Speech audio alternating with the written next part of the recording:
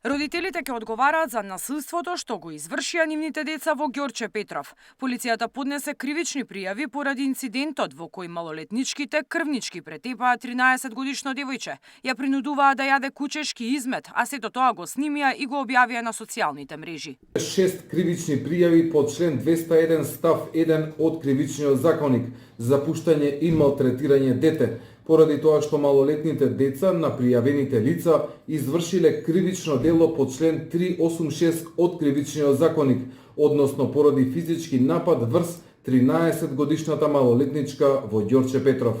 За случајот од МВР претходно поднесоа пријави против 4 од малолетните напаѓачки. По ова насилство институциите го вклучија црвениот аларм. За да се спречат нови инциденти, Министерката за образование најави нови построги протоколи во училиштата.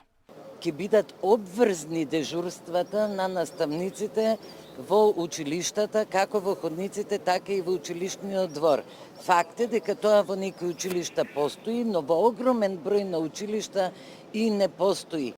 Но апелирам до родителите, малку повеќе внимание и прифаќање на сугестиите од наставниците. Додека се бараат решенија за училиштата, насилството се прелева надвор низ парковите. Најновиот инцидент се случил вчера. 5 деца на возраст од 11 години биле нападнати на фудбалско игралиште во градскиот парк. Среде белден, додека играле фудбал, им се приближила група тинејџери, кои инцидентот го почнале барајќи им пари на децата.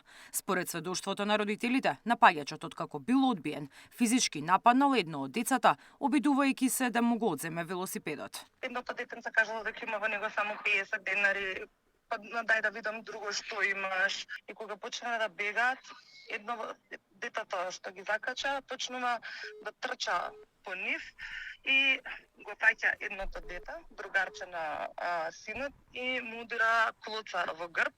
Детенцето успева некако да избега, меѓутоа пак го стига и му удира клоца и шамар.